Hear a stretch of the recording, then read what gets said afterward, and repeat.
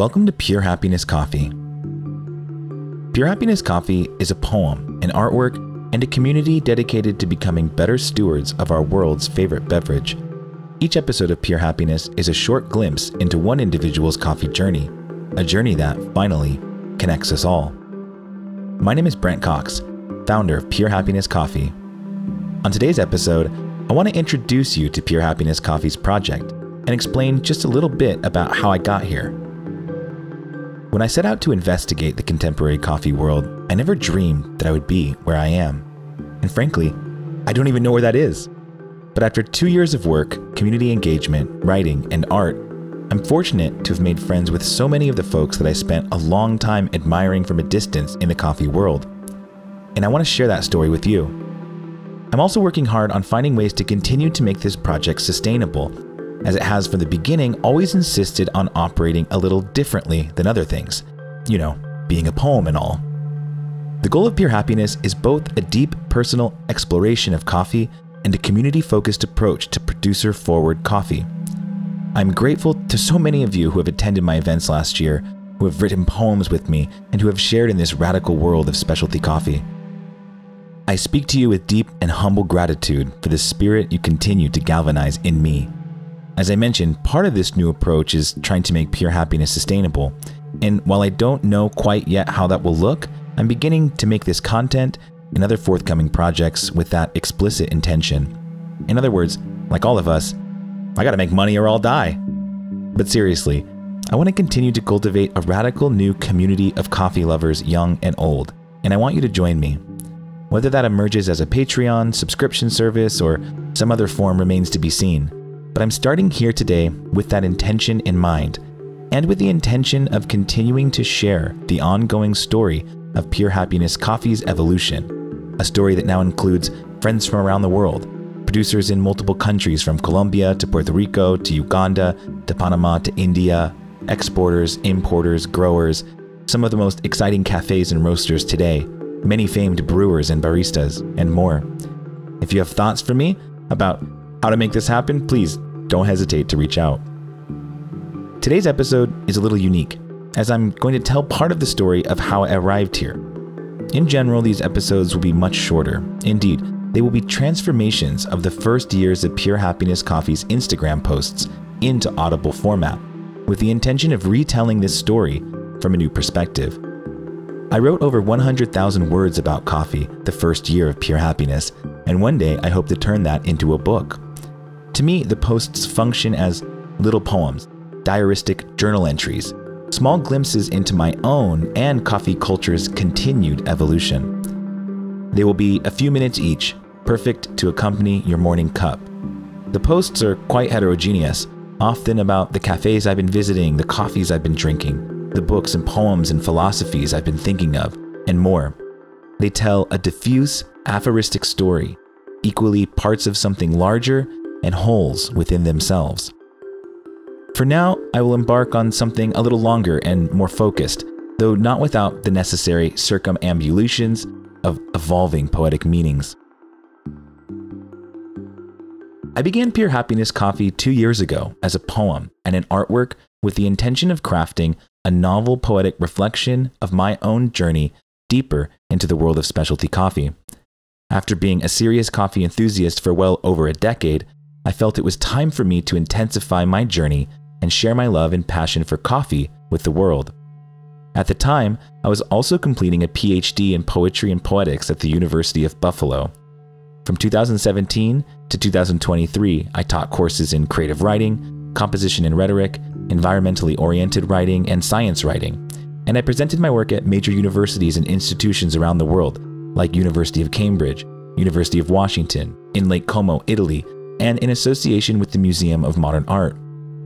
In keeping with our rapidly evolving global media environment, my dissertation work focused on conceiving of poetry as a cultural entity spread across many evolving material manifestations, from books to the internet to print, to on-demand services to video and beyond.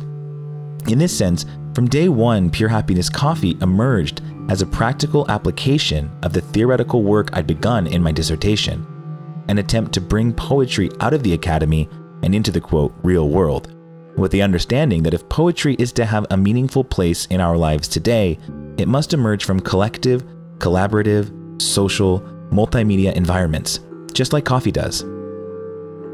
I'd also loved coffee for a really long time, and I wanted to bring my poetic voice, artistic passion, and educational skills into the coffee space to help convince more people to not only love coffee, and especially very good coffee, but also to spark their curiosity about this magnificent beverage. Indeed, coffee is the second most consumed beverage on planet Earth beside water, making it nearly ubiquitous in human experience. It is for many of us one of our most cherished and personal daily habits, helping us out of the bed in the morning, filling us with joy, and providing us with a little dose of pure happiness. And yet, very few of us know much about where our coffee comes from, who picks it, and how it travels from its origins as a beautiful plant grown in luscious, semi-tropical environments to becoming the intoxicating beverage we drink every morning. The truth is that story is extremely complex, making it an exciting system to research while at the same time being very difficult, even impossible, to really know everything about. So when I started Pure Happiness Coffee, it wasn't my intention to try and know everything about coffee. Rather, I wanted to demonstrate what considered attention to this extremely complex system could do, what that attention could make us think about together, and how thinking together might build new scaffolding for collective action toward better futures in coffee. And so I began with high ambition and humble means. Trust me, you don't even want to know what my graduate student stipend was. From deep within Buffalo's famed winter, I began to carve out a set of ice crystals of poetic prose about the coffee I was drinking, the cafes I was visiting, and the thinking and reading I was doing in and around coffee, with special attention paid to trying to consider the entire network of the coffee world. I felt that the only way to do so was to dive right in. Rather than write some explanatory book or article, I wanted my book about coffee to be imminent, evolving, and emerging right alongside my own exploration of the coffee world. As I theorized in my dissertation, I wanted Pure Happiness Coffee to be what I called infrastructuralist writing. That is, a poem conceived of as an infrastructure as vast as the coffee world itself, as mutable and chromatic, shimmering like the glistening skin of a cuttlefish darting below the surface. That's what coffee is to me. While it is something I drink every day, it also always just barely escapes my vision, too quick to grasp, so beautiful that it leaves me in awe, and kind of sublime in the way it can shock me into wonder. I have a strong belief that indulging in beautiful aesthetic experiences is not just a luxury. Rather, it is one way that we engage with the most important aspects of our human being, love and truth. While the truth about coffee might bubble up as a sea of facts, we'll never know everything about it. And this is true about truth as well. We do our best to tell all the facts, but truth is something that is not just about facts. It's how we express our continued desire to communicate what is necessary to make life better for the one world we all share. That's where love comes in. Love is a practice of caring for what we want to see continue to live. We love what we want to throw our entire being toward. We love what we will do anything to protect. We love what we want to maintain. For what we love, we want to provide conditions so that it continues to flourish. We love what we cannot possess, but that can become us, like coffee. Think about it. When we know what is good, we love it, and we want it to last forever and to spread so that it makes others' lives better too. Our irascible love of coffee is the flip side of us knowing it is good when it is good. And when we know it is good, we love it to make sure it continues to be good and can continue to improve the world. And I mean good with a capital G. Of course, coffee is not just good. It's also a huge network entangled in the violent histories of colonialism, contemporary economic and geopolitical problems, global poverty, climate change, and more. So I don't mean to suggest that all coffee is good. Rather, what I mean to say is that by coming to know coffee more so that we can love it better, we can continue to build and spread what is good about it, while letting perish or culling those parts of it that we would prefer to expire. While the force of history always pushes us forward, It is in the joy of aesthetic experiences of beauty, in intentional community building, and in fostering greater awarenesses about our own participation in these complex systems that we can begin to change history in the making, right now, today. That's what Pure Happiness Coffee is all about. After the first year of Pure Happiness Coffee, an acute problem began to emerge for me. This problem was part and parcel of the whole global network of coffee. One day, it shot me in the back like an arrow from Cupid's bow.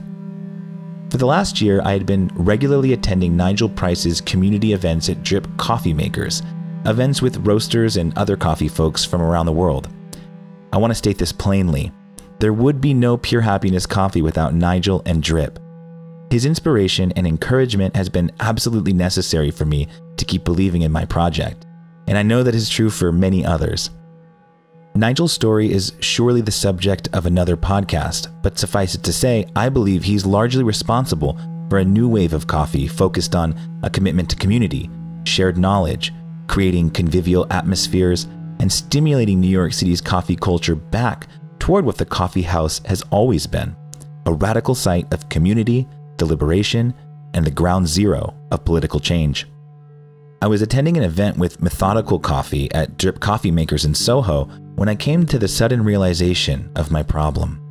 Flashing in my mind all at once, I starkly realized I had never actually met a coffee grower.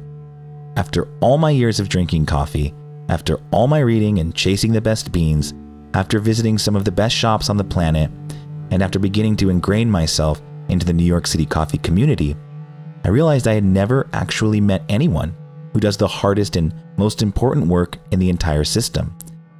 I was filled with great distress by this realization of a fact that this is true for nearly all of us who drink coffee. Then I learned more distressing facts.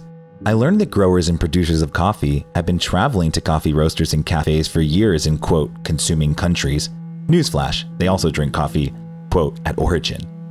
However, growers and producers are nearly always visiting in the business situation of buying and selling coffee, gathering with roasters at the cupping table, where roasters and exporters taste lots of coffees and decide on what coffees to buy.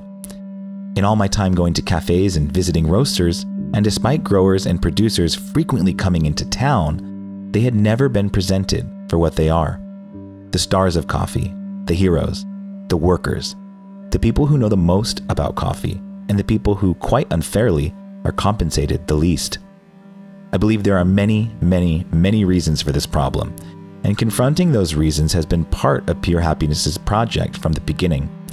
They are historical, geopolitical, colonial, and economic, cultural. I want to say clearly that I don't blame anyone for our recent inability to properly present growers to the public. Indeed, I think it's a structural issue more than anything else, meaning in a lot of ways it is something that one or two of us just can't simply change. Rather, it will take an entire industry shift to correct this grave error. The other galvanizing event in Pure Happiness's evolution came, unsurprisingly, from another event held at Drip Coffee Makers, organized by coffee steward Brian Gaffney, who also had long held a passion for elevating producers in coffee. This event was the New York City book launch of Lucia Bawat's stunning book of photography and stories titled We Belong, an anthology of Colombian women coffee farmers.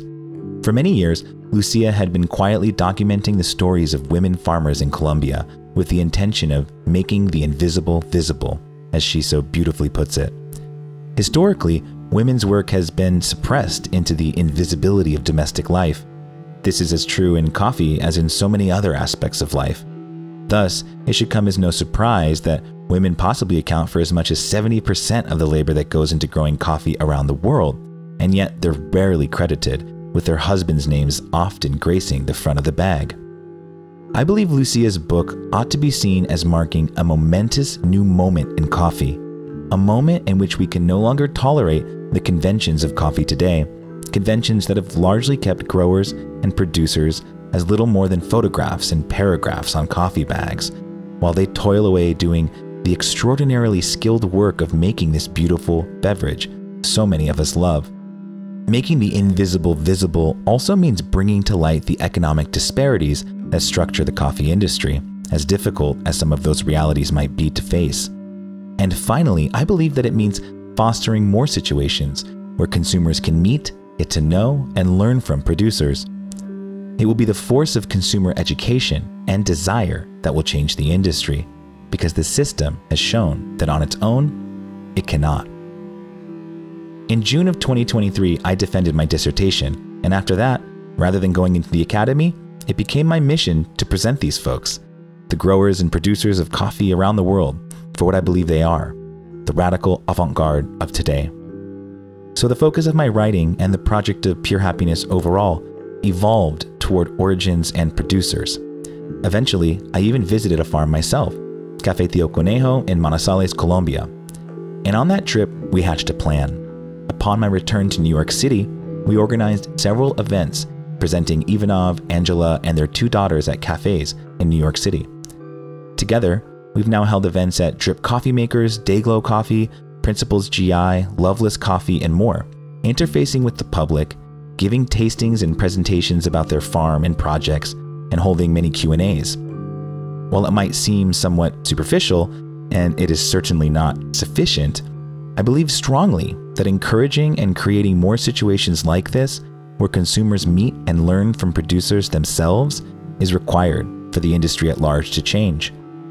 Pure Happiness has now also worked with other producers and Colombian-based exporters like Felipe Trujillo of Ventila Coffee and Unblended with Lucas Cuadros and Sofia Cuadros, along with the upstart young visionaries Domenico and Frankie Celli at Forgotten Forest in Puerto Rico, who are rewriting the history of Puerto Rican coffee before our very eyes.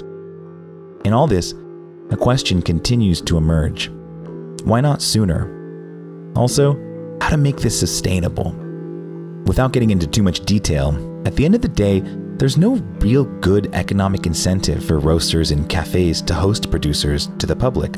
It's logistically difficult, there are often language barriers, farmers and roasters and cafes are really busy, it's expensive to fly people around the world. And yet, with ease, we are able to transport tons and tons of material goods to any corner of the globe. Why this disparity? I don't aim to answer these questions. However, I do aim to challenge us all to demand that this becomes more normal. And it is. It's been wonderful in New York City of late to see more producers presented at cafes, like Pepe Ijon at Say and Honeymoon, La Real Expedición Botánica at Driftaway, the Coffee 5 and Juan Medina at Principles thanks to the Coffee Clatch, and more. I want to believe this all signals that we've hit a critical mass. As more folks become interested in coffee, let's make it so that they take as a foregone conclusion the new cafes will open with producers, side by side with roasters, like Dayglow graciously hosting Felipe Trujillo the first weekend they opened their cafe in Bushwick. I have to be honest, I have not found any way for myself to make this work sustainably. And as I've been doing it, I've been very hesitant to enter into financial relationships with those I work with. This is beginning to change, and for me to keep building Pure Happiness, that will hopefully happen more. And yet, I know that introducing this problem simply back into the business relation is not the solution. That is to say, me simply beginning to work in coffee is not really the solution I hope for. Rather, I think we can start to consider inventive ways to ensure that, given the opportunity, we as an industry insist on presenting producers whenever we can, and I do see this happening more. The architectural theorist Keller Easterling has an interesting idea we may apply to our own situation. In her work, she theorizes how to rebuild economically abandoned cities that retain more homes and lots that are possible to sell. Her solution is to create housing contracts that have both ties to responsibly deconstructing homes and revitalizing abandoned landscapes. What if, similarly, we vowed to host producers to the public anytime we cup with them, like a sort of contract, no more cupping behind closed doors? What if we evolve the coffee industry at large into a system of not just producing excellent coffee, but making the invisible visible? So what is this podcast? The first goal is to provide you all with a new way to engage Pure Happiness Coffee and this story by transforming the first years of my Instagram posts into listenable content. So the forthcoming episodes will be kind of like an audible book of Pure Happiness Coffee's first couple years of life. They will be short daily episodes that you might choose to listen to with your morning cup. Beyond that, this is the beginning for me of more dedicated content telling coffee stories. Stories that you've started to see about my trips to Forgotten Forest in Puerto Rico, for example, my engagement with other producers, and with the coffee world at large. You can expect more of these stories, including expanded versions of the short content I post on Instagram. My goal is to create a new media stream of coffee information oriented around a producer-forward approach to coffee. Like at the end of the last year, I will also periodically have coffee available for purchase. I'm even working on an educational subscription service in close relationship with some of the producers I've been collaborating with. The goal of Pure Happiness, finally, is not simply to sell coffee or create a viable business, though I'm trying, and if you want to hire me, don't hesitate. Indeed, it is a culturally driven poetic project meant to cultivate novel coffee experiences, novel coffee thinking, and novel coffee relationships, with a core commitment to working toward a more equitable coffee future. I want to thank everyone who has ever attended one of my events, anyone who has shared a mode of kindness with me, anyone who has given me some of your own time to record a video or voice memo for one of my tastings. I want to thank the cafes that have hosted me, and to all the special people that have encouraged me to continue to persist in this exploration of the coffee world. I especially want to thank Ivanov and Angela of Café Tío Conejo, Lucas and Sofia Cuadros at Unblended, Felipe and Maria Trujillo of Ventola, and Domenico and Frankie Celli of Forgotten Forest for collaborating with me on unseen and unknown futures. It is to you and to your pickers who I dedicate this work to the soil and to the sky, to the leaves and to the flowers, to the earth on which we live and are gathered together as one, and to the sun that shines its beautiful bounty on us day in and day out. Thank you for listening, and stay tuned for more.